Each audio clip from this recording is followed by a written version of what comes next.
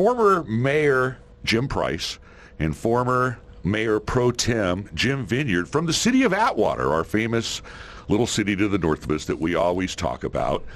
As you know, they were facing some severe financial concerns. I think they still have some concerns over there. And as you know, JimPrice was the mayor and had a lot of, I'll tell you, he took a lot of hits, a lot of hits like a piñata. And some of them very unfair.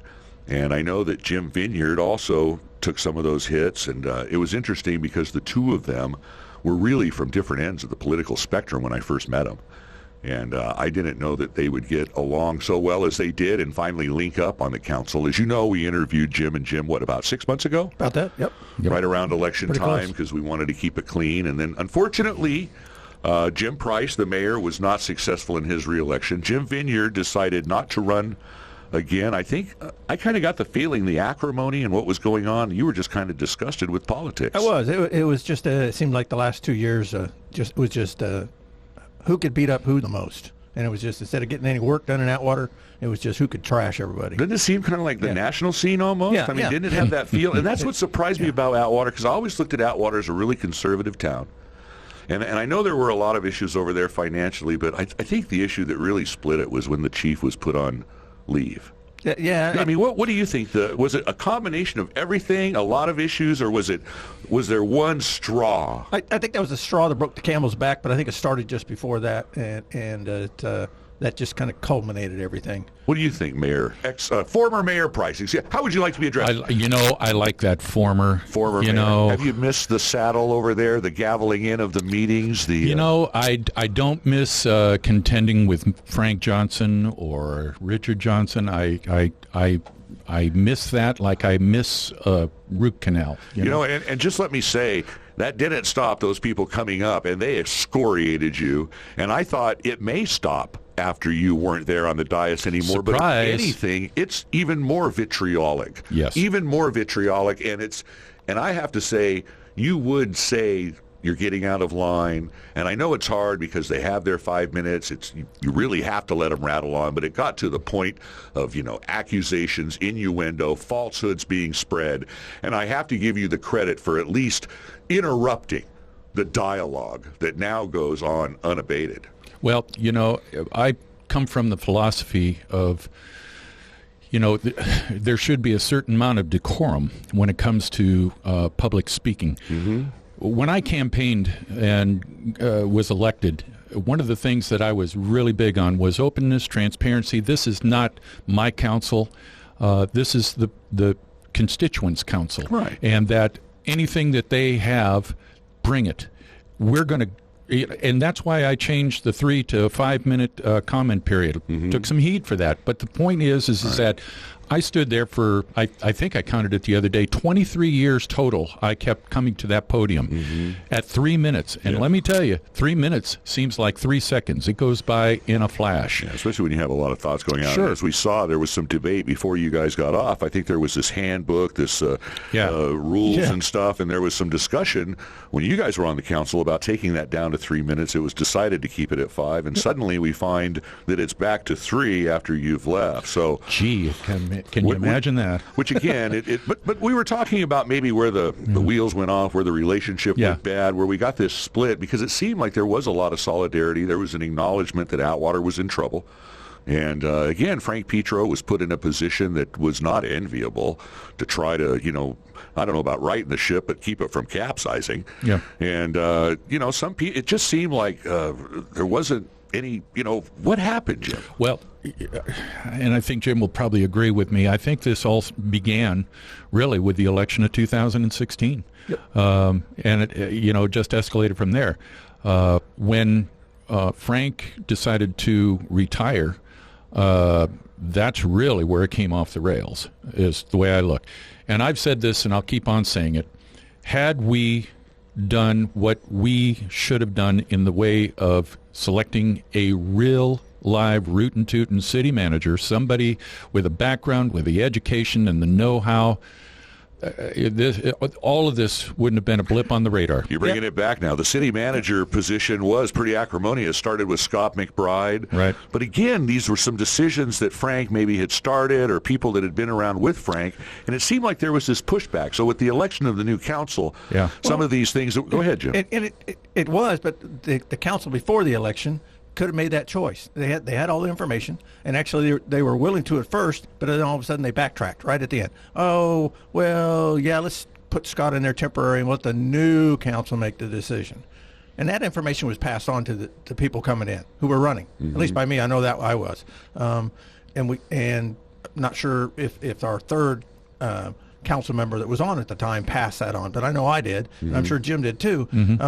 And then once the election passed on, it was like, you guys lied to us. This was never settled. And it was like, well, what are you talking about? We're always open. And then immediately there was no transparency. He was put in there. You guys ramrodded him in there.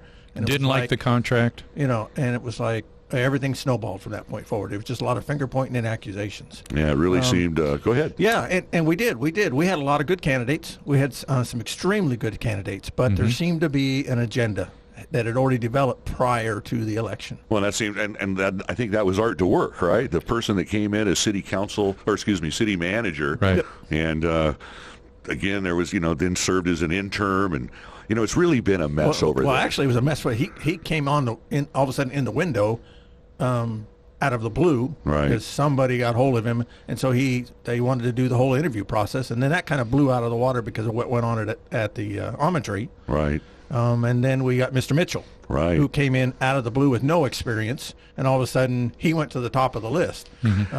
And again, maybe you can talk a little bit and not share any private conversations, but again, you guys had a professional search company that had provided 3 good candidates. And I know at the time there was this frustration is, why aren't we looking at what the search company gave us instead of some of these local folks that have been presented to us by, other folks in the state, those sorts of things. Well, that's what we did. And we actually had an agreement to go after the top 2 candidates. Right.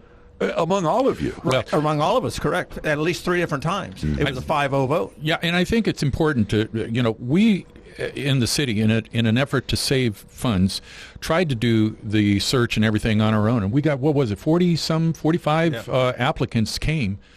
And when we started making our selections, they were just like not available.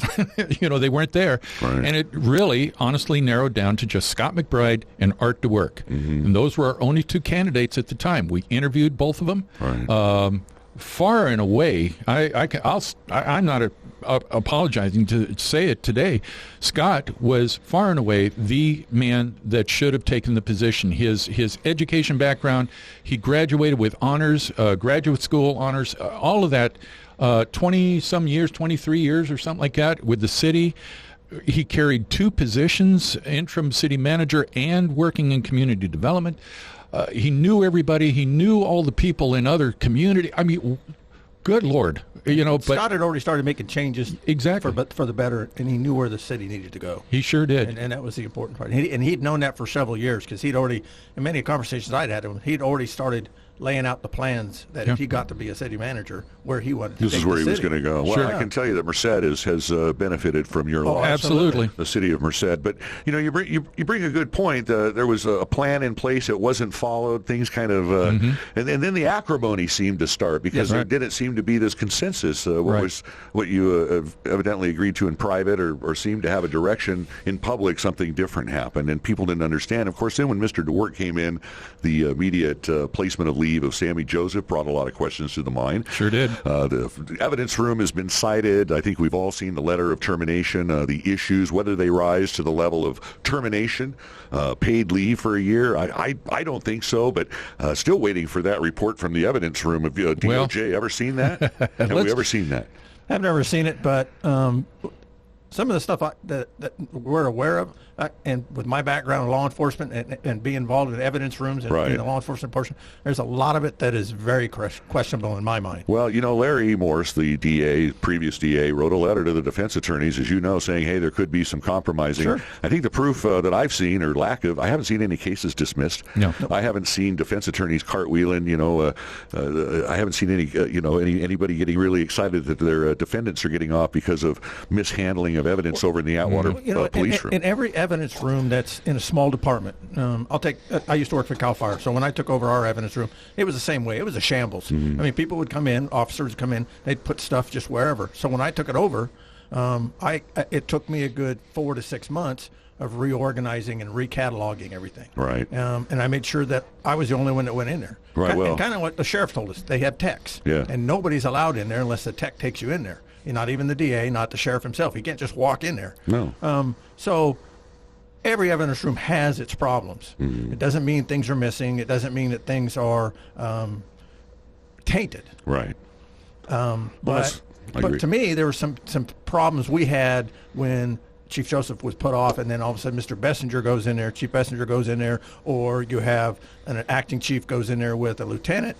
Where's our tech? Mm-hmm. And so who taints it? Right. Was it tainted before, or has it become tainted now? Right. And then when Chief Bessinger goes in there, was he in there with the tech? If he wasn't, then it becomes tainted there also. So at what point does it become tainted? Right. And that's the question I always have in my mind when they started talking about things. Sure. And then you've had rumors for 20 years. Oh, there's money in there. There's guns missing. Oh, there's this so-and-so officer and this so-and-so officer involved. Well, we even heard about guns being improperly destroyed. Yeah. And I was accused of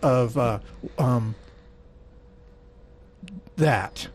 Running over weapons with my car. Well, yeah, I was watching Mike Keeler, who was a retired law enforcement officer for Atwater, who was in charge of the evidence room under Miss Lamison, had cataloged the weapons. They were no longer needed for evidence, so they have to destroy them. Well, he had a local vendor come in with a chop saw. He was watching the vendor cut up the guns. Mm-hmm. I'm a volunteer. I coming through. I stop and watch. Yeah. Did I run over him with my vehicle? No. No, I parked and somehow watched. that rumor got out of closed door to a local person. So, rumors are rumors. Well, you're never going to stop them, but you got to have some common sense to figure out what's real and what's not. And we're not trying to start any, believe me, by this show. I wanted to bring in these two gentlemen, and they asked to come in and talk about not only the city of Atwater, but other things that are going on, what they've been doing with their lives. But rumors are a horrible thing, as you know, and some of the things that were started about Chief Joseph, evidence missing, things like, the sheriff said some very inflammatory things about money, guns, and drugs. The trifecta when you're a cop. And again, I have not seen the DOJ report as the date of this airing. I don't know if the report is done or it's just not being released. Well, that tends to be a habit here in this county sometimes, is we don't want to release reports that aren't, that we just don't want to release. But I don't know. Have you heard anything? Again, I know you're not in the saddle anymore, but have you heard anything about this DOJ report? Here's what I do know. There was information, and I won't name names right at this point, but Beverly Barella wrote a story in the County Times that went to that very subject about the evidence room and the final report. Right. The information that she got indicated that the report had been completed, that there was nothing to give any credence to any of those things that were deficient that they were alleging. Right. The only comment that was made was that it was cluttered. Okay, well, so is my desk. You going to, jail me for that? Come on. But here's the thing. There was a new lock that was installed at the evidence room. Interim Chief Bessinger got the key and said, I am going to have the only key. No, stated in the paper. Yes. Now, he's going to have the only key until everything is resolved. Well, shortly after the story came out that Beverly Barella had written, the evidence room mysteriously is now back to normal operation. Danny Ortiz sent out an email to all personnel saying the evidence room was back in operation. Basically that the procedure is to continue to use certain colored tags and what have you. Mm-hmm. Now, without being told specifically or seeing specifically a completed report, I don't think it takes a rocket scientist to say, hey, look, guys, we're done with the investigation. If we're now back in operation, we're now back to normal stuff that would indicate that. And this is while Bessinger was still there. So I mean, come on. It doesn't, like I say, it doesn't take a rocket scientist to figure out that evidence room is back in operation and somebody cleared it. Mm-hmm. And I don't think that dismissing Sam Joseph in November was, by any stretch, the thing that was the deciding factor on getting the evidence room back into operations. It just doesn't make sense. So, and those issues, I mean, this letter now of termination that Lori Waterman wrote, City Manager Waterman wrote, is now public knowledge. Anything in there that rises to the level of the action that was taken against Sammy in your mind? Not that I'm aware of. So not in your mind. How about you, Jim? Not in my mind. No. Maybe some discipline, maybe some note and file. I mean, even that. I mean, is it something that those accusations are specious? I know they're being adjudicated now, and I know there's some you can't really say, and it's just your opinion. And I'm just my opinion dealing with coming from a law enforcement. That's true. Cal Fire, arson investigator, and a paramilitary outfit, basically, because Cal Fire is just like APD. And you understand discipline. You have certain disciplinary procedures you're supposed to take, steps, procedures. Sure. I don't think those steps were taken at all. Usually when you have somebody that does something wrong, you sit down and counsel them. Right. That's the first step. Exactly. Hey, this is what happened. Don't do it again. Mm-hmm. Then you go to a writing stage. Right. They do it again. Okay. Note and You document it. Exactly. It's all about documentation. Exactly. None of those steps in my mind were ever taken. No. And it was simply he was brought in and you're gone. I didn't mean to interrupt That's you, okay. but as you were councilman, I think you gave him fairly glowing, and your city manager John Bramble gave him a fairly glowing report. He gave him an outstanding report on his last performance evaluation as chief. That's correct. So again, I'm not going to harp on that because you guys, the city of Atwater has a new chief that came from Coalinga, California, a town I'm very familiar with because I built a prison there, Pleasant Valley, which is kind of a unique name for a prison. Yeah. But Chief Michael Salvador, as you know, went up against Jay Varney. There in Madera for sheriff, was not successful. Stayed on at the Madera Sheriff's Department for a while, went over to Coalinga. Fresno County's been really, they've had the Jim Vineyard attitude on this weed, not good. City of Fresno, council has consistently voted against recreational, gone to only medicinal, but Coalinga, over there on the west side, they embraced it. And the chief was a big part of that. And now Atwater has this chief and is proud of it. The current mayor said one of the local man of the cloth came up and asked if Atwater was embracing weed as the answer. And the mayor confirmed, Mayor Creighton, that yes, they are. Does this surprise you guys? No. No, not at all. Does it disappoint you, the way your city is going? Yes. It disappoints me to the vast extent that they're going. I mean, I don't know if folks look in the legal notices this week. Merced Sun-Star of the County Times, Atwater spent a lot of money on legal notices because they're all done under a development agreement, right? Yeah, right. Conditional use permit. Conditional use permit, which was a little different than the way Merced was going to go.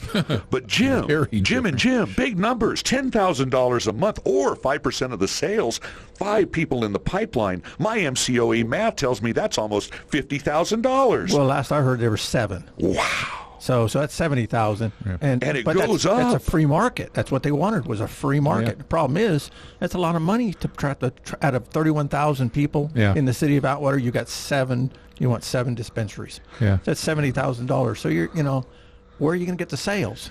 Well, here's a lot of money when you look at the cost of operation, the cost of leasing, state money, this and this.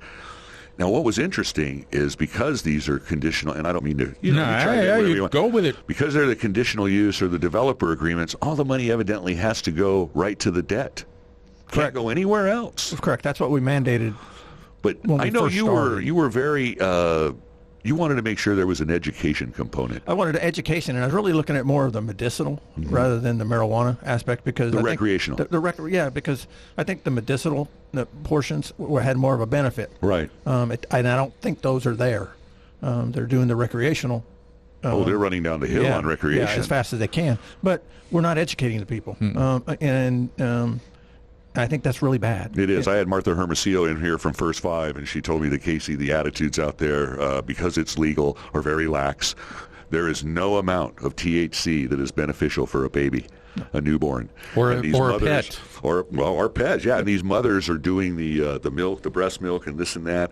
And we heard from some of the speakers at the city council meeting in Atwater that the state money, by the time it trickles down, there's nothing. So there was hope to be this local component. Do you ever see that being implemented, or?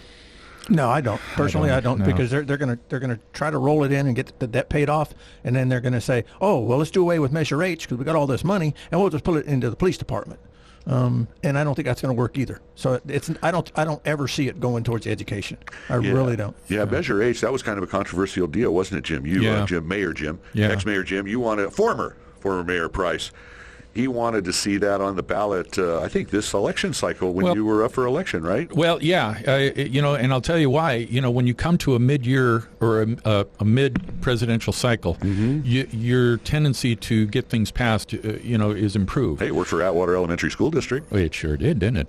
But here's the thing. Even DeWerck, in his short tenure, even made note of the fact that Measure H was absolutely necessary. Isn't it paying all the cops now, basically? Well, no. It pays 6 salaries right now. I think a dispatcher, or maybe it might be a couple of, but in any case, it's well spent. And so here's the thing.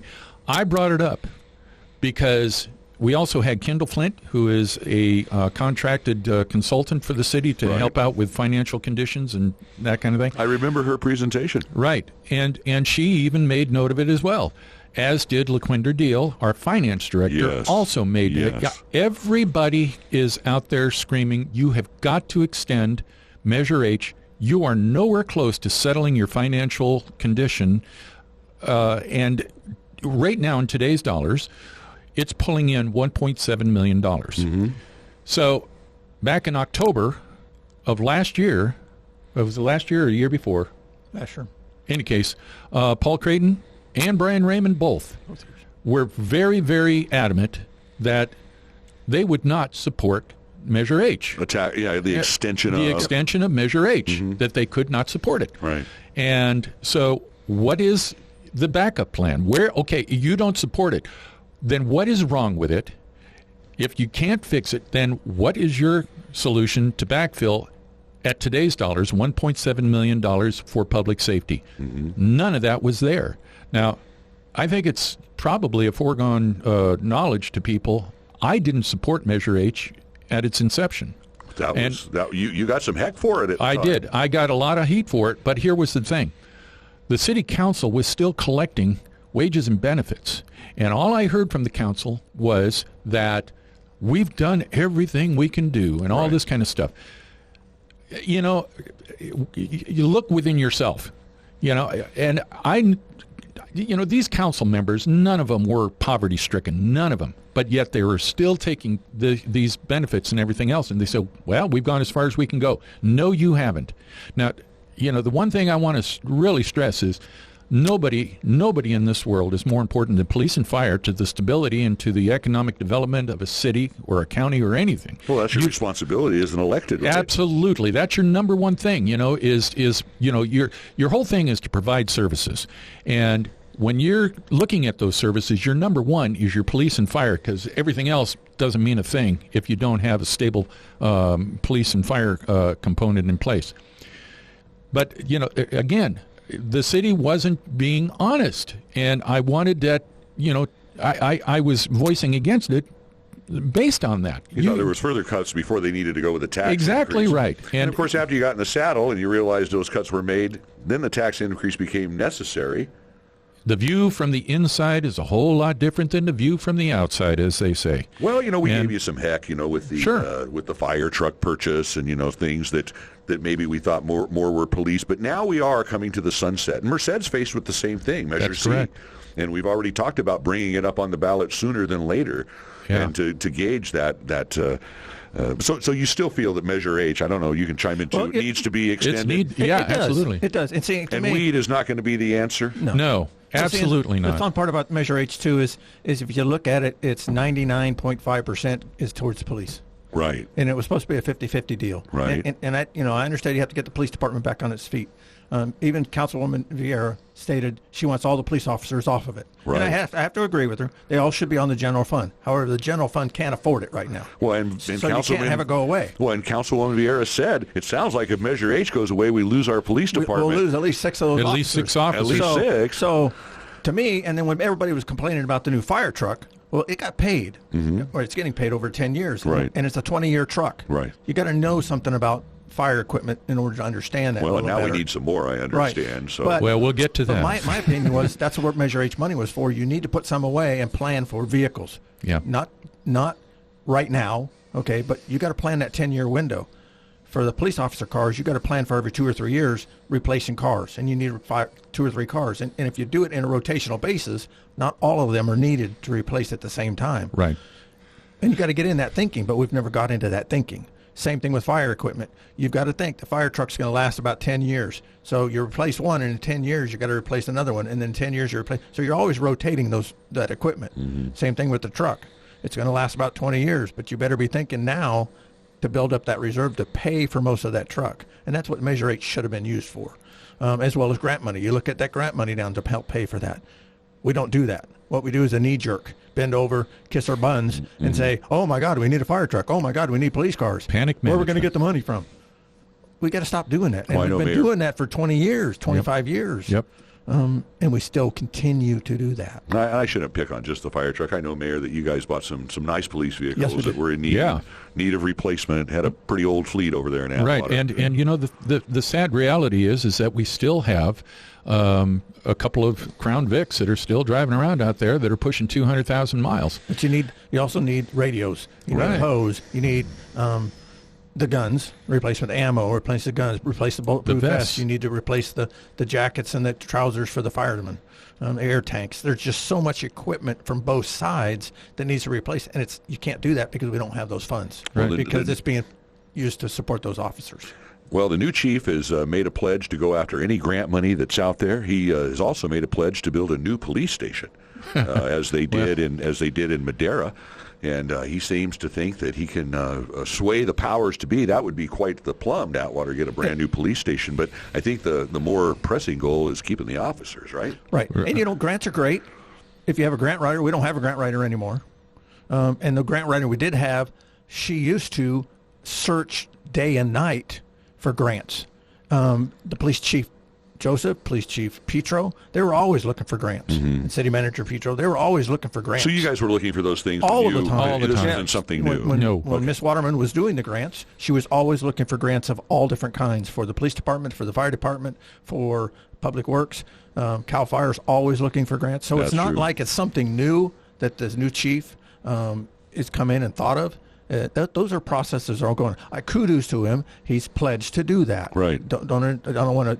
No, it put him hasn't down opened, for it. this copy That is with great. He needs to do that. Absolutely. But it's not something new.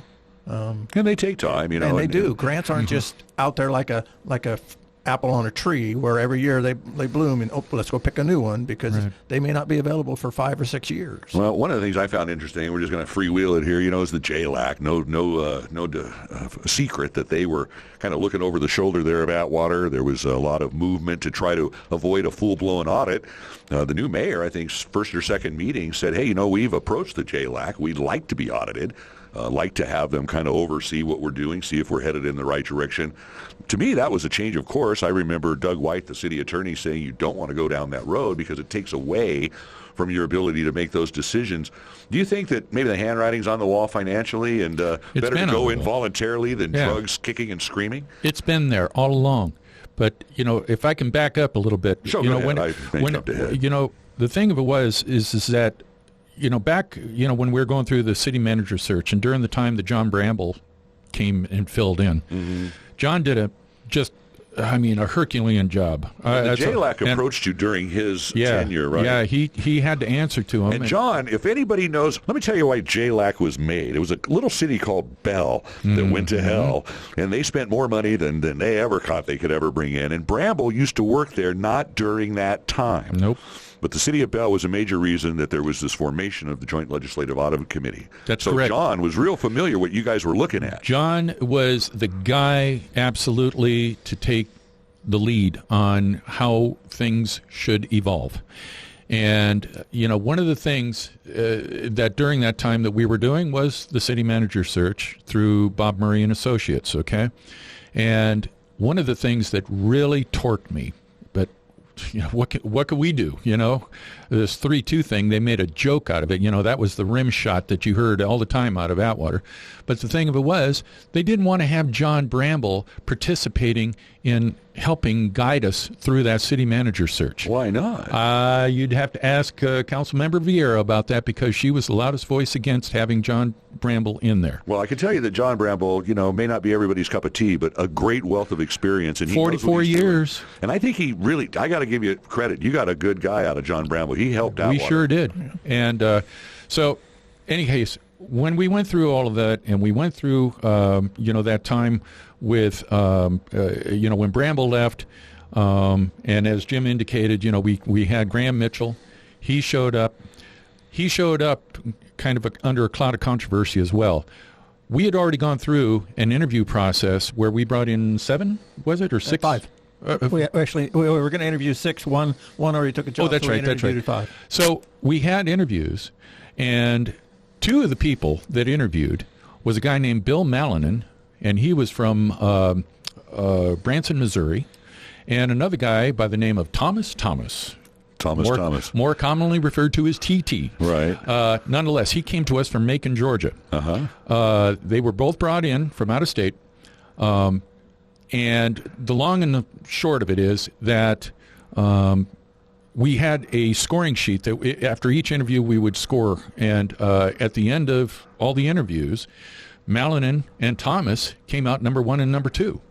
Bill Malinin, Graham Mitchell, was further down the list, and I can't recall, he was like 3rd or 4th. But nonetheless, it was kind of, the direction was kind of going towards him, but he wanted a lot of money. And we said, man, we can't afford this guy. I think the argument at the time was we wanted somebody from California. Well, does that have anything to do with the argument was we didn't want anybody local. And we didn't want anybody from the good old boy system. We wanted somebody with experience. Yeah. And before we even started the process, before we even knew the names, the agreement was, all 5 of us, that we'd take the top 2. No matter who they were, we'd take the top 2. Right. And we agreed 3 times on that. Based on this independent scoring system. Based on the independent scoring system. And the thing is that we, at the end of the day of the interviews and all of that, somebody made the suggestion for Gary Phillips, who is an attorney that works for Bob Murray & Associates, who was there during the interview process, to call why do I keep saying it? Call Graham Mitchell and ask about money. And we were getting kind of flustered, because we got our 2 guys. Let's, and so any case, he didn't have a whole lot of wiggle room too. Any kind of flex, because he's making good money at the UOP. Sure. So we said, all right, so we're going to run with these 2 guys, okay? We had another date set up for a closed session on a council day where we were going to go in, select, and come out and announce the new city manager for the city. At the 11th hour, literally, we had a text or email sent to us from Graham Mitchell stating his terms and conditions for hire. Well, now, wait a minute. You're not even in the running. But all of a sudden now we're entertaining, salary and benefits and all this kind of stuff. Well, why are we even thinking of it? Any case, long story short, we go to closed session. We sit down in there, and the only name that comes up is Graham Mitchell. And we're just screaming, we've already got our 2 candidates. We're supposed to pick one of them. Let's do it. Let's do what we're tasked to do and stop this nonsense. I want to say also here that during this selection process, there was a very strong indication that Mr. Creighton had more than just a casual passing relationship with Mr. Mitchell. And I'll let Jim speak to that more. But it turns out that they knew each other a whole lot better. He should have recused himself altogether when it came to do anything having to do with Graham Mitchell. That didn't happen. And he was the biggest advocate for him.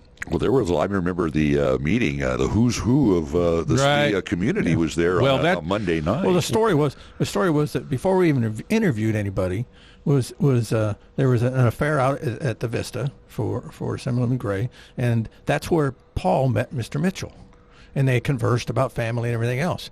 And then we have the interview a couple of days later, 3 days later, and he admits to me, well, he ran into him and had a conversation with him. Well, I said, well, then you need to recluse yourself because you've already interviewed him. Oh, no, I just had a conversation with him. Well, come to find out, the two of them were on the Friends of the Fair board together for several years. So that's where the background is. Mm-hmm. And so there's just so much more mixed in. But in any case, he didn't recluse himself. And he even admitted it to all of us that this is his man. He's not going to vote for anybody else. Well, some people think the Brown Act is a suggestion, right, and not a requirement. And I think that maybe we saw that a little bit at the Almond Tree, where a dinner for four cost about $50,000 for the city of Atwater, because that's what precipitated the professional search. As I remember, because didn't we have McBride in the can? Yep. Or somebody, we were going down the road, and then we had Mr. McBride people were concerned they were going to lose their job. Suddenly we see four people at a booth that shouldn't be together, and we have to go to professional search. Well, then you got to depend on what lawyer you talk to as far as the Brown Act violation, because according to the current attorney, Jim and I violated the Brown Act, where Miss Vieira didn't. Now, I don't say this tongue in cheek. Are you facing charges, Mayor Price, for Brown Act violations that were forwarded by Attorney Doug White? Serious violations. I remember. Very, very upset that I'm saying that, come on, I'm teasing here because nothing's going to happen from it, is it? Nothing was going to happen before because there was no Brown Act violation there. A Brown Act violation is a violation of an illegal gathering. Mm-hmm. That never took place. Yeah. Let me tell you, the last time it was prosecuted in this state. Never. Well, I've always been saying now, and I've talked to I talked to Larry Morris about Brown Act violations, and he said, Jim, let me tell you something. You're not going to see any district attorney, anybody, anywhere, because it's a he said, she said type of a scenario. You're never going to see a Brown Act violation ever prosecuted anywhere. No, it probably has more. But what the word is that I will say that there was, and there is collusion. Right. You have collusion running rampant from that point right on to there. But to quickly finish up the story, when we came out of closed session, when it came to Graham Mitchell, it was decided 5-0 that should Mr. Mitchell turn down the position, that Bill Malinin from Macon, Georgia, was going to be offered the position. We went out. As everybody knows, it was a 3-2 decision. Mr. Graham Mitchell, a week and a half later or so, he sends an email to Vieira, Raymond, Creighton, and that was it. Okay, so you and I were on the email, and so was no, Mr. we were Turk. not. No, we were on it, but we never received it. Oh, we never, because I never saw it. Any case, I never either. And neither did Tom Terpstra, who was our city attorney at the time. That's right. None of us got it. Any case, he turned down the position. Okay, back to special session, back into closed session. We go in there. Never signed the employment agreement, I remember. That's right? correct. Right. We went into closed session after that turning down of the position, and we're thinking, well, Bill Malinin. Right. Because that's exactly where we went. Right? That was where we went. Mm-hmm. We get inside there, art to work. And Cindy was the driver of that. And it was just art to work, art to work. If I had been here when the selection process, I would have been, he's my guy, and all this kind of stuff. I mean, it was a huge push for art to work. And I leaned across over there after listening to all of that cheerleading, and I went and I said, Cindy, I'm going to tell you right now, if we move forward with art to work, all you are going to do is spend your time doing nothing but defending him. That's all you're going to be doing. It's going to be ugly. And guess what? History has proven me correct. Well, there was a lot of concern about Mr. DeWerk's background. He tried to assuage those fears by saying full-blown post-background check, which started and never got. We don't know really what was there. But, you bring up something else that was kind of a shoehorn in was the city attorney, because you brought up the name Terpstra. Yep. I remember Mr. Terpstra, and I remember Linda Dash, and some of the folks were concerned about the $15,000, $20,000, $33,000 a month bills. And it was like, you know what, maybe we should go out to the RFP process. And I know you're a stickler of that, because Absolutely. that's why we have a process. That's why we have that Working at CAL FIRE, I'm sure you dealt with that process a lot. Exactly. And it's always fair, had to go out for For bids, Right. exactly. But this time we didn't. We had somebody again brought to us by, I believe, Councilwoman. They scooped ice cream or something together. Let's put it worked this at a way. burger joint or something as kids, and but knew each other peripherally. But suddenly he's the acting Jack. Well, let me kind of. I mean, I remember that vote. well, Turkster quit. Yeah. I mean, really. Well, let's fill in the. That's because the three of them met with Mr. White up at the California conference in Sacramento Right. that the council members go to. In September, Terpstra October, was still your attorney. Right, Terpstra was still our attorney, but He's like, hey man, you still love me? If I remember correctly, it was Miss Vieira and Mr. Raymond that talked to Mr. McBride about, well, we can replace the city manager anytime we want, can't you? Before they even went up there. You mean the city attorney? No, they talked about the city manager and the city attorney, Well, and they he did told it him, all. yeah, that's your right. Yeah. And then they went up there and just happened to meet Mr. White and discuss Mr. White. And this is the thing; these people serve. She got an RFP from him at that time, from my understanding. Well, and not the RFP. She didn't request a thing. Well, and then got it to. It was just a P. Yeah. The proposal. Yeah, I thought you just got a business card and a rate card, an hourly rate card. There was never any other people that were allowed to bid on. Well, here's the for the city of Atwater, as I understood. No, she wanted to find out what it would cost us. Yeah, and here's the odd thing But Art about said this. he got an RFP, which is strange. Yeah, well, back in October of that time frame, Tom Terpstra had sent out an email to all of the council members and told us, guys, you are loading me and Stacy Henderson, his partner, you're loading us up with a lot of stuff, and you're making a lot of phone calls to us, isn't that? It's going to cost you a lot of money. Right. Back off. He was making the plea to us to back off. Don't get your costs down, get them in, but stop this. And it just didn't happen. So now we go through all of the Graham Mitchell stuff. Now we're pushing up to Art to Work. And I am making, as was well documented in the press, I made a demand, as did Jim, for a thorough background review of Art to Work. Oh, yeah, no. And one of the things that I was making note of in that is that Art to Work was one of these guys that you couldn't go to a former employer and say, if given the chance, would you hire this guy back again? Yeah, there's a lot of comments. Huh? There was a non-disclosure agreement at his last place. Right. So we couldn't do anything about that, okay? But I still was very insistent on that. So much so that we met, Jim and I and Tom met privately, and I told Tom, I got a lot of people telling me a lot of things. They're verifiable, and I've got people, that have shown me articles in newspapers and all this kind of stuff like that.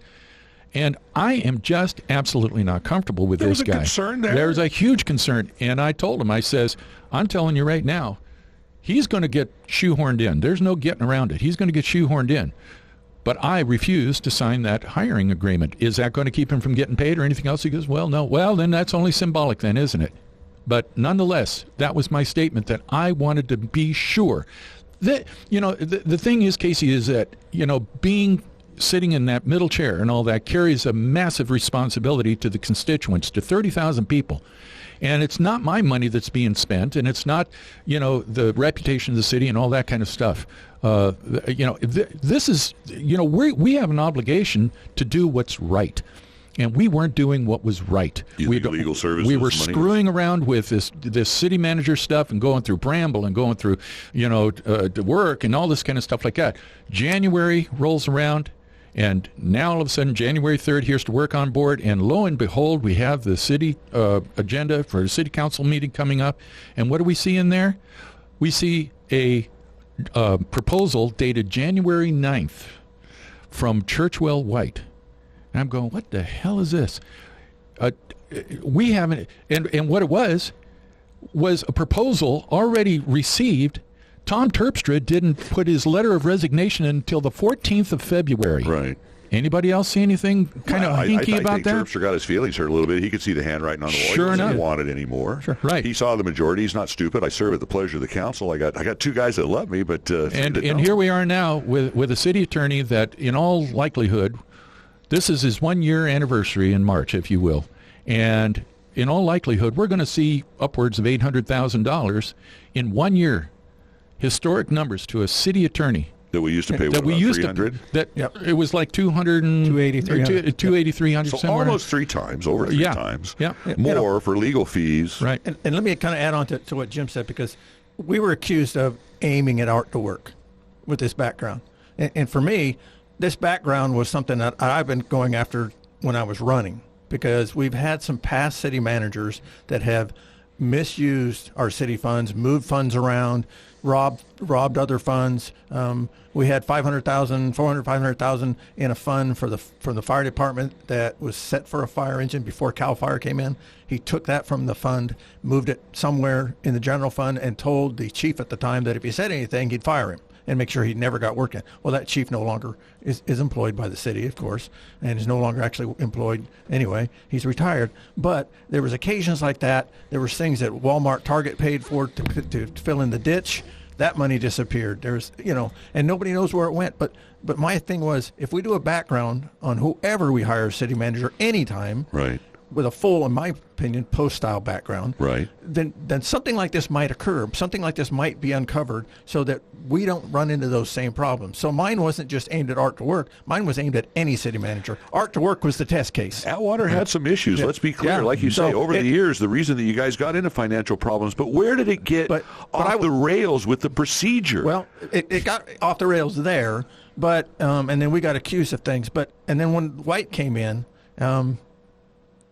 all that occurred, but Mr. White hasn't been as truthful with this city as he claims to be. Mr. Akers has brought that forth on many council meetings, because going back to, you say, the report, the background report, Mr. White knows what's in the background report.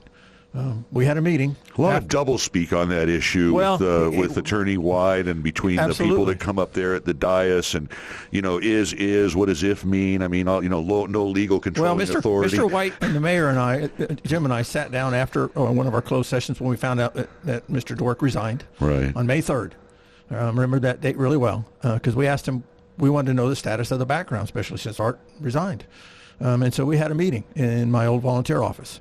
And we point blank asked him where the status of it was, and he said, "Well, right now it's not written, but that he had a phone conversation with the investigator and several of his people in his office. It was a 2-hour phone conversation. That's a long conversation. Where the investigator told him everything that was in that report, and it was disastrous for Mr. Dwork. Although he didn't use those words, he just said that he had it, and I said." And the next morning, he's gone. Yeah, and he was asked, "Well, where's the report? You have a copy of the report?" He goes, "No, I don't. I was just told about it." And literally in the morning, he was gone. And we asked how Art found out about it.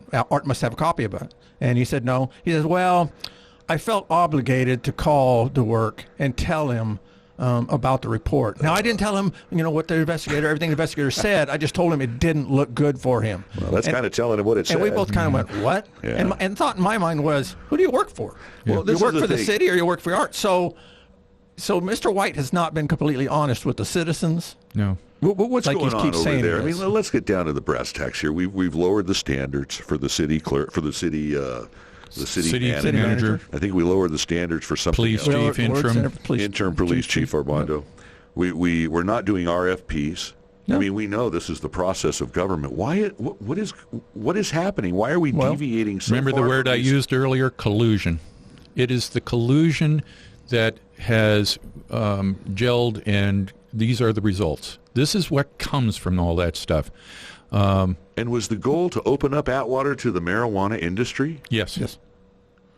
Mr. White makes no apologies for his role to people outside of the city about I am the godfather.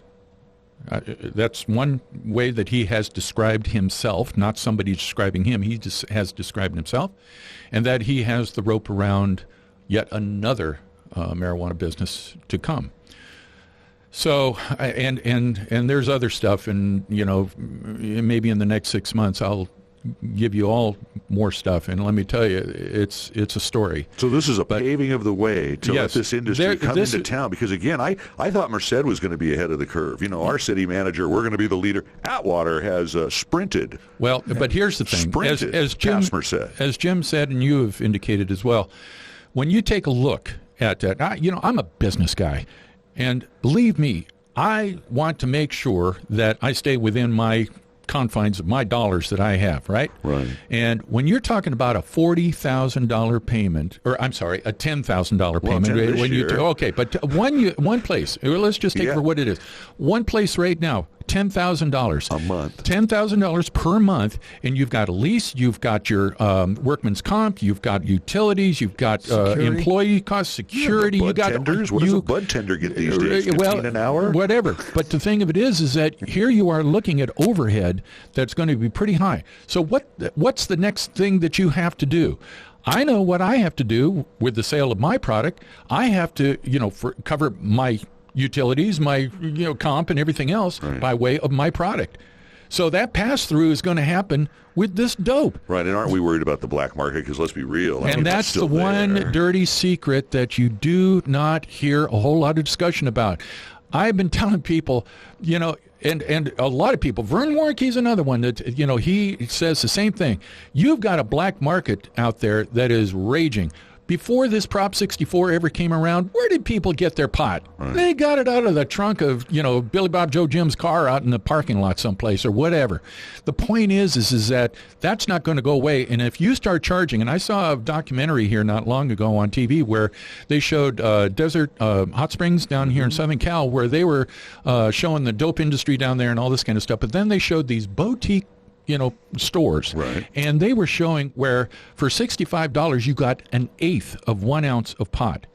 Now, that's expensive. That is expensive. Now you think about the guy that's on the black market side, he's going to take that same $65. He'll probably get a full ounce. I don't know. I don't buy the crap, so I don't know. But the point is that you're going to have pass-through costs. Meanwhile, in Merced, they just went through the 218 process and did a 4%. Right. So theirs is a fixed cost that's going to remain in place. So where do they think their customer base is going to come from? Well, not only that, you now have Turlock that decided not to have any dispensaries. Right. Now they're reevaluating that and re-looking at it and thinking, you know what, we need to get involved in this. We need to have our own dispensaries because our general fund is taking a huge hit. So if they open up dispensaries, then you're going to be talking about more people going that way, especially if they do the same thing Merced does and puts it at a certain percentage. So 31,000 people for 7 dispensaries. That's ridiculous. And it's going to be a high price. People are going to go elsewhere. And in the third year on one of them, $45,000 a month or 5%, whichever is greater. That's amazing. 3-year agreements they've entered into, so they're only looking 3 years ahead, which again, when we look at the expiration of Measure H. Folks, we're out of the first hour of Citizen Watch. Join us for the bonus half hour at 9 to 9:30. JJ. His Batman to his Robin. Now, it's JimPrice and Jim Vineyard, the former mayor pro tem and former mayor of Atwater. As you heard in our 6 o'clock hour, we brought him in, talked about what's been going on in Atwater. Well, actually, even before they left, some of the reasons why we're where we are now. When we were talking about the marijuana industry and how Atwater has embraced that. And, folks, I'll be real honest with you. Of all the communities in the county of Merced, with the Air Force background, let me just say that, the military background, and having worked with police, I know that weed and drugs are not really a big deal in those environments because when you're, guiding the Strata Fortress over Vietnam, you don't want to be high, and you don't want anybody working on it when they're down there on the apron. And it just amazes me how the attitude of Atwater has changed to marijuana. And I know the current mayor, Mayor Creighton, says you won't even notice it. It's they got the filters and the this and the that. But to bring this number of people into the city to generate some of the revenues that are anticipated, don't you think that's going to change the face of Atwater a little bit? Oh, I think it's going to change it a whole lot. Most of them right now, or the 5 of them, they have slated out there by Business Park area. Right, all behind the Target and the Walmart like over there. 3 of them or 4 of them are right next to each other. Yeah. So, but what in talking to people in other cities that have some of these dispensaries or are near them, they say there's a smell. Oh. I don't care what kind of filters they have. They say there's a smell. I think we all. So. It just amazes me that they're banking the city's future on this, and part of it I think it's the city, the people's complacency, and I've said this before. It's people want police department to show up when they call them. They want the fire department, the ambulance. You know, they want to be able to drive down the roads and not have their car knocked out of alignment. So their complacency is as long as those things happen, they turn on the tab, their water works, and their toilets flush. They're really pretty happy. So they don't want to be involved. So they're not paying attention. And part of it's just the numbness of hearing all the garbage for the last couple of 3 years flying. They tune it out. Well, so now that the marijuana's come up, it's just one more thing they want to tune out. Well, you know, the idea has lately been to be happy and big on Atwater. Maybe that's the way to get there. I don't know, but I just find it interesting. You know, again, I'm not here to judge. You know, it's like the preacher that stood up. He goes, "Hey, I don't agree with it, but you know, is that what we're embracing?" Yeah, we're going to be a marijuana city, and also, actually, there was two pastors that stood up there, John Motz and the other guy whose name escapes me, but nonetheless, you know, when you start seeing the clergy starting to come to the podium, that's a huge warning flag in my mind. They have a congregation just like we had the residents, you know, and these people. Pastors are a huge influence in a community. Well, and even more so in Atwater. Right? Correct. It's, you know, we got a town of, 30,000 some, and it's one of those things that if you're not paying attention to your clergy, you better wise up, because they can be a huge influence on the people that are within their congregations and outside. Yeah, I don't see Jant's Bakery serving the marijuana brownies anytime soon. But, you know, I may be wrong. Hey, you know, let's talk a little bit. We talked a lot about Atwater, and we'll still come back to it. But, you know, I was looking at Jim Vineyard, and he reminded me that, you know, since he's retired or not serving on the council anymore, he's taken another position that I think is very important to Atwater. And as you know, Craig McDaniel passed away a few months ago, a pillar of the community. Pillar of the community, very instrumental in the 4th of July committee, but also in the Atwater Historical Society, which is the Bloss House. And I understand that you are now kind of trying to help that roll out. Yeah, I kind of stepped in, getting involved. I didn't want to just sit around and do nothing.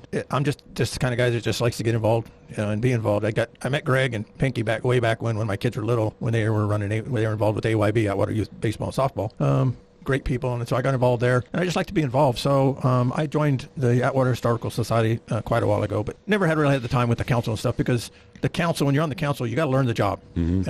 Greg passed on, which is really a big loss of the whole city. Yes. But I was asked to step up and try to help out, and so I was voted in for the time being as the vice president of this historical society. And I know I have a lot of free time, and the yard has been kind of run down. We had a ride mower that donated to us. Greg wanted to get that repaired. I didn't get a chance to, so with the society's approval, I went and got it serviced. They paid for it and stuff, and so now I'm doing the yard maintenance. All right. Forrest Gump out there. When the weather clears up, and you know, with Jim's help and Don Heilers and Greg Olzak and a few other people that said they'd come out and help, we're trying to cut our cost of maintenance and do it ourselves. Well, because the city, I think, gave the we have a 3-year agreement to do the interior of the fence, to do the maintenance as far as the lawns and stuff, and also the revenue from the facility, and then the revenue goes back to the society. So we want to get it cleaned up and looking better. So we've got to do a lot of work.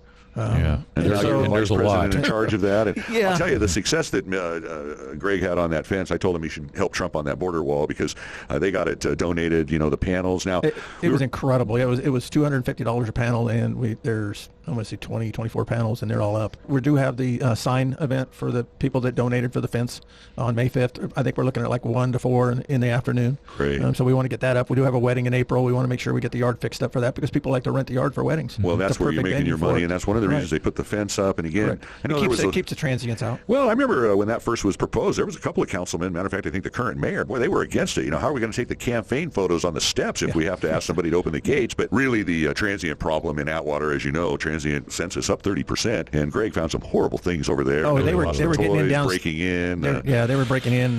But that's alleviated now with the fence, right? Yes. So what does that say about fences? Well, maybe that's not PC to talk about. So you've been doing that, president of the Atwater Historical Society, vice president, excuse me. Don't mean to give you a battlefield promotion. That's okay. Now, I remember Greg talking about a gazebo across the way. They still have some plans on that, but that's really kind of in the city's jurisdiction. It's so not maybe really we approach the city and give that to the historical society. The garden club, the ladies club. I think the Friends of the Trees, and Tree Partners. The Tree Partners and a couple other groups are really have planned that we're planning that, and I don't know what stage they're at, but that all falls under the upkeep under the city. Cool. So it's really getting together with the city and trying to continue that. And Now, Bloss House is downtown, right? Correct. Now, aren't you also trying to, you're not just concentrated on the Bloss House, are you? No, actually, I got together with John Cardoza. Anyway, he works with the Chamber of Commerce. Okay. And they've kind of split the city up in different, they don't call them districts, but different areas. And his area is the downtown, and him and I have talked for the last year and a half. We're trying to beautify downtown again. Broadway. Well, but we want to go from Atwater Boulevard to like Cedar or Drakeley, and then from First to Winton Way. Okay. And get the businesses to take pride back in their own area. Try to get the lighting up. We're talking about putting maybe some lights on the building, strings of lighting on the building, and get the businesses, even though most of them are renters, try to get them to take pride in their downtown. Clean up the flower bushes, maybe get some boxes made and plant some flowers and stuff. Talk to the FFA about the schools, get some signs made, get some flower boxes made. Great. Do some things. We're just in the process of starting that and working with that. So I've gone down there and cleaned the flower beds out of weeds once or twice myself, just nonchalantly, no flags or anything. Just, people kind of look at me what I'm doing, but I just... Well, like you said, you like to stay busy. And you want to see downtown. But the downtown needs to be, the city workers are busting their tail. It's a beautiful downtown. You got Granny's got the gun out front of the whatever that place is. I mean, you got a lot of beautiful stuff down there. So it just needs upkeep. What's that main street you come off the freeway? That one's a little... Atwater Boulevard. It's a little dicey over there. There's some buildings. But it all needs cleaning up. Yeah. But, people complain and complain and complain. So pick a project. No, I put that on Facebook. That's two big ones. Pick a project and just do something. Even if it's sweep the street out in front of your place, pick up the trash out in front of your place, do something. If you make your section pretty, maybe your neighbor will make his section pretty. But don't depend on the city workers to do everything for you. I know we all pay taxes, but we all need to take part of our city as part of ours. Yeah, you guys don't our responsibility. You don't have an extra hit on your business district like Merced does, do you? We're even talking about maybe forming some type of downtown district. We need to promote downtown. Small Business Week, put some banners up. Christmas, put the lights up ourselves. The downtown businesses, put them up ourselves. Yeah. And get as many people involved, the public involved. Well, I know your 4th of July deal, even though that's at Castle, it's Atwater centric because there's there at the parks and stuff. You're going to take that on too, or they've got somebody handling? Jim's doing the 4th of July, but we do want the parade too. I after Greg's passing, well, actually prior to it, I went on the 4th of July committee as a representative from the city, and my very first meeting there, whoever was taking charge of the entertainment out at Castle called while I sat down at the table and called Greg and resigned.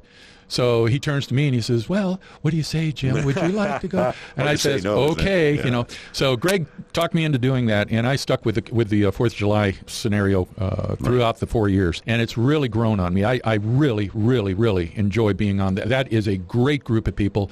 The council could take a huge lesson from a group of people that sit down, hammer out problems. I'll do this, you do that kind of stuff. Everybody knows what they're going to do it, and they do. It works out great. So this first meeting that we had in January after Greg's passing, we met, and lo and behold, my former good friend, Brad Pickle, says, "Well, we have to elect a president. I nominate JimPrice." And there was a second, and they took a vote, and I mean, it was like lightning speed. And I went, "Wait, don't I have a say-so in this?" Anyway, it was basically, "No, you're it." So, congratulations. So now I've taken all this on. Huge, and it's okay. It's an easy group to work with because, like I say, everybody knows what they're doing. They have their assignments, and they do them very, very well. So I need this next week to make an appointment with the city and talk to our new chief. Also, Lori, our city manager, and sit down and go over, and probably also with fire or whoever to hammer out exactly what we're going to do, because we no longer have a volunteer police force within the city, which Jim had once belonged to. That's right. But it is completely dissolved. Those guys were instrumental in the parade in the way of traffic control and what have you. So we got to figure out how we're going to work that. Sheriff's Department, maybe? Did Vern give you a little love one year? Well, yeah, but there's yes is the answer, the short answer. I didn't know maybe that. Also, we Ruben Chavez, police chief of Livingston, has offered up assistance. So there's things that we can do as workarounds to all of that. Right. But the one thing that is one of the highlights of our 4th of July is that we now have also the 3rd of July. And Ralston Park, we put on concerts and stuff? Yeah, it's not really a concert, but it's a gathering. We have what is referred to as Margaritaville. Right. And we have live entertainment. Last year was our first first year, we had the band Flashback out there. Friends of mine, I knew they were a good group. They gave me a great price on playing out there from 7 till 10, and we started just before 7, and we might have had enough people to count on one hand out there. And as soon as the music started and everything, that place filled in. It's great for the community. It's great as a fundraiser, and it's great also for those that are food vendors and other merchants that set up a vendor spot to get in an extra couple hours of selling out there. It attracts the community to that venue, but it also to those that are out there trying to sell stuff. Booth space available and a lot of attractions out there. Well, so you've been doing that since and of course your business out at and the business, what are we calling it? The Mid California International Trade District. Now?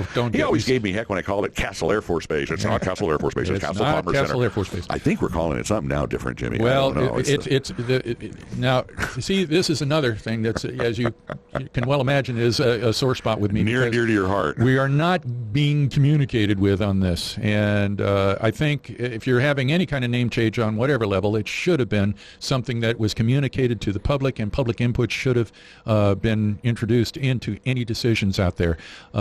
We went through that same drill back in, I think, 2004 or 5, where they were trying to take away the castle thing altogether and all that. I got literally the 11th hour. Hey, get down to the county board of supervisors are going to change the name of Castle. What? We didn't know Yosemite Airport or something. Oh, some ridiculous thing. So I ran down there and they had it on the agenda. I was the lone person in the county chambers.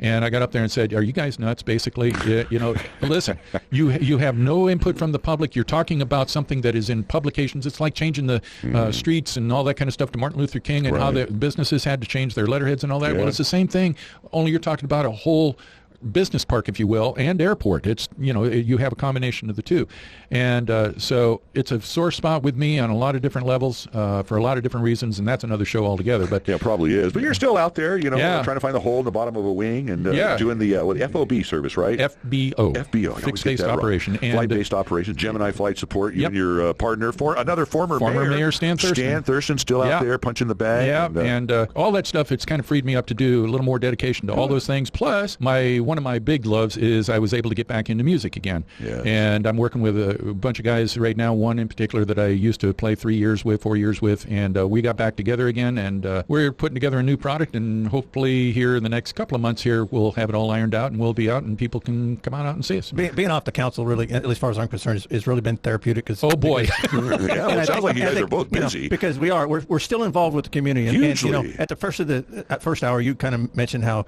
Jim and I, you were surprised how Jim and I came together. I would say we're at different ends of the political spectrum, and we probably still are, but we found a way to come together. And part of that, and I think the biggest part is because we're both so involved with the city and making things right for the city. Exactly. And we still are, because we have our own little niche in the city, and we both want the city to prosper. And that's how we came together. We had our moments at the beginning, and every once in a while we'd still grate each other probably a little bit, but we always found a way to try to give a little and meet in the middle to move the city forward, and that's what the council is all about. And even the two new guys, they need to educate themselves, because that's what Jim did, that's what I did. Not as long as Jim did it, but I see the two newest guys up there when I've watched the show. It's a kind of loss, but they need to get out and educate themselves. They need to get out in the community and walk their districts and talk to their people, but they need to go back and look at how other city councils did things, talk to other mayors, even other cities' mayors, other council members, and just get some input. And I think that's the biggest detriment we always have with all our city councils. Is they don't rely on history, and they don't go talk to people. What works and what doesn't. Yeah, and not saying that, I have to do things exactly like Jim is, but there's some things that Jim does that I liked. And so I'm going to mold myself with that. And there's some things I don't like, so I'm going to steer clear of it. But I've made that my career, my whole career. I take things that I like what people do, and I make myself better that way. And the stuff that I see that I don't like, or I find out I don't like about myself, I do away with, because that makes me a worse leader. And I think even the two middle ground council members that are up there now, the mayor and Ms. Vieira, they still need to do that. They still need to go out and educate themselves constantly. It's a never-ending battle. Yeah. Well, it's interesting. We still see some 3-2 votes. Well, absolutely. There's which is still really some surprising. independent. I think Ambrose, Councilman Ambrose, I don't know either of the new guys very well, but I noticed Ambrose is, asked some questions, a little pointed, and again, thinking independently. And again, I hope they continue that. I know Cindy likes to see those 5-0 solidarity, but we saw in the with the CDRC. Well, that's one of the things that is kind of a thorn under the blanket right now, so to speak, because we're talking about CDRC as opposed to a planning commission, and at the end of the day, they voted and just changed the number of people and the time and day that the meetings occur, but everything else is the same. So what have you accomplished?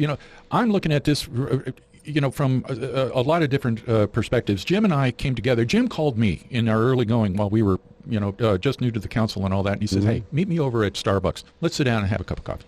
And I did, and we sat there for probably 2 hours or so, and we found that we were a whole lot more in common with each other than what we thought. This whole thing that we're going through right now, I'll just say, they're talking about having a meeting on Wednesday, the 13th.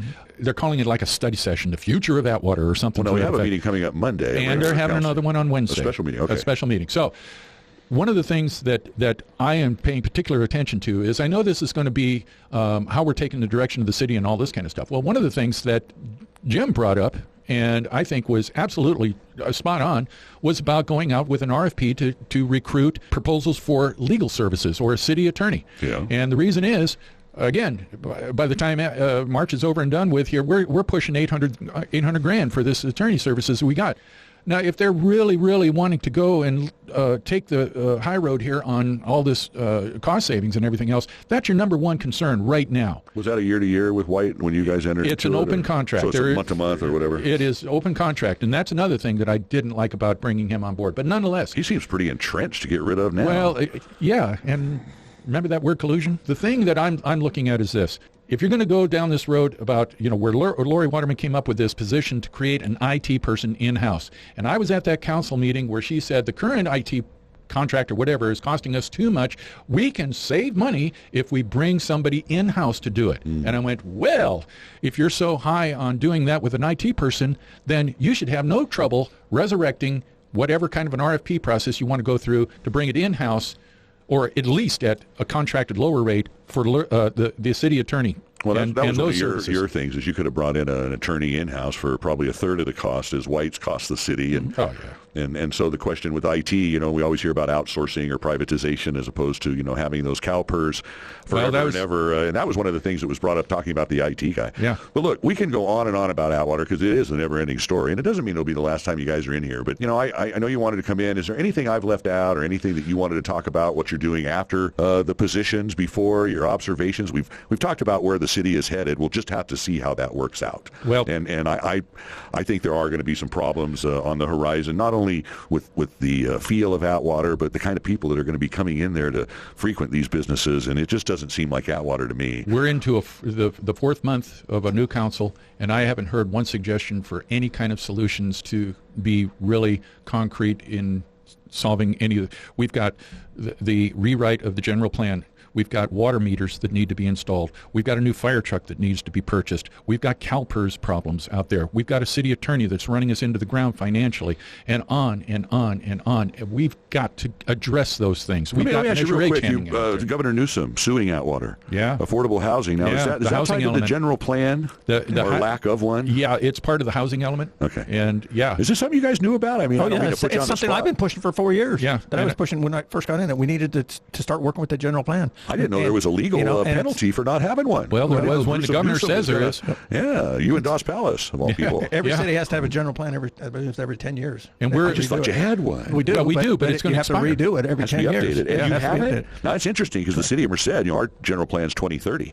and came up at the last meeting, and Steve Kerrigan, hey, about 2020, we got to start thinking about it. Ours is 8.5 months from expiration. Wow. And it's $1 million cost. It just keeps getting kicked down the road. And whoa. What are we getting out of going and painting and rearranging the furniture and renaming the CDRC and all this? None of that is addressing the real issues. And the thing that is really upsetting about this... 8.5 months from expiring? That's correct. I'm just surprised because Merced made it sound like 10 years is the minimum you start planning. Yeah, and here's the thing. It takes probably a full year Wouldn't you say, Jim? At least a year, maybe two. Before you can get that completely rewritten. Ooh. And that's spending full time at it. And now you're talking $1 million, $800,000 goes a whole lot of ways towards $1 million. Pot. For a lawyer. No, I hear what you're saying. Well, like I say, it was your time, and I'm really thankful that you came in and gave us a little update. I think bulletproof causes, both the 4th of July, Historical Society, Bloss House, downtown. It's all important. I know that was one of the things Mitchell talked about, making downtown like a bistro, lights across the street. Downtown's the heart of the city. It's like any city. You guys right. If the heart dies, your body dies, right? And I like working with Jim on that Bloss House, too. He's taking the lead on all of this stuff, and he's being very modest in his involvement. But I see him out there because I'm out there swinging a weed eater or something out there right along with him. And I'll tell you what, he's very dedicated. It's not just me, though. It's Jim. There's a lot of other people out there that are willing to do this. There's a lot of good people, and that's what it takes. It takes people. And I hope that we're going to survive it, because I just want to quickly say, the Sam Joseph thing has yet to be buried, and that is going to be a huge scar on the city, along with what is probably going to potentially come to another piece of litigation involving Beverly Barella, and what Interim Chief Bessinger said in an email to Lori Waterman. That one right there. It's really disappointing behavior if that is true, folks. I've seen the email, and believe me, it is 100% true. I've seen it too. It all stems back to the society as a whole. We've gone backwards so badly. We just need to get a hold of ourselves and get ourselves straightened up. Well, Jim Vineyard's had some really sage words here on the last hour and a half. And again, folks, this isn't a complaint session, what should be done. This is just talking about where Atwater has gone, why some of the things happened the way they happened from two people that were on the inside. And again, they haven't backed out of their civic engagement. If anything, you've embraced it even more. So I really appreciate you coming on and talking, and maybe we can have you back in a little later in the year, see how things going, see if some of these revenue comes in, see how many more businesses we open. Again, I agree with you. The medicinal is one thing. The recreation, it's a whole different cat, man. Yeah. I worry that Atwater is going to change a little bit. Take a walk around your city, folks, in Atwater. I did it today. I had the car in the shop, and I had to walk everywhere. It's not a bad walk around the town, but take a walk and take a look. Take a look at your city and just see what's there and what's not there. You got to get involved. You got to get involved in your city. It's not just about being complacent. You got to get involved some way. Even if you don't get involved in the government, get involved with your neighbor. Get involved with taking care of your own city. Well, and speaking of getting involved, and I'd both like you to give out your contact information if you'd like, how people can either get involved with the 4th of July. I know you always could use a little bucks for those fireworks, right? Oh, man. It is not a city-funded event. Exactly. Just to let people know, the city has never contributed. It's all private funding. That's correct. I mean, they may ask for a little help, a street closure, maybe a little love. You guys finance it all. Same way with the Bloss House. So if people want to get a hold of Jim Vineyard, Atwater Historical Society, how would they get a hold of you? Just get a hold of me at pyrocop1223@yahoo.com. That's about the best way. I'm not going to give out Y? Pyro with a Y, yeah. Fire Cop. He was an arson investigator, for those of you that need a clue. So Pyrocop, Pyro Cop. 1223. 1223. At yahoo.com. At yahoo.com. What was that, your old ID number? Yeah. I knew that. And then what's the way to get a hold of you? Yeah, the easiest way to get in touch with me is through my cell phone. And if some of you folks still have it out there, it's area code 209-777-0675. And I'll be glad to talk to you and let you know where I feel the solutions are, with school resource officers and cops and all kinds of stuff. Because, as Casey knows, I recorded 30 minutes of solutions one day for the campaign, and I still believe in those solutions. Yeah. And I think that we really need to laser focus on that. And I hope that people come to council meetings. I know it's a little intimidating, but get up there and speak at public comment and let people know. Yeah, no, I agree. And, Jim, you were a good mayor. You were a very good mayor. Thank you, Casey. There was some tough times there in Atwater, tough decisions that had to be made. And like I say, you took a lot of hits. And if folks didn't get that number, 777-0675. So Frank Johnson, if you're, no, I'm teasing. He can give me a call anytime. He can call, too. That's why it was kind of interesting. I thought some of that would have ended when you were gone. But again, it just goes to show you there's some bigger issues over there. It wasn't all Mayor Price, folks. It wasn't. So, look, thanks for coming in. Thanks, and this has been Citizen Watch, and we'll be back. Thanks again, guys. Thank you.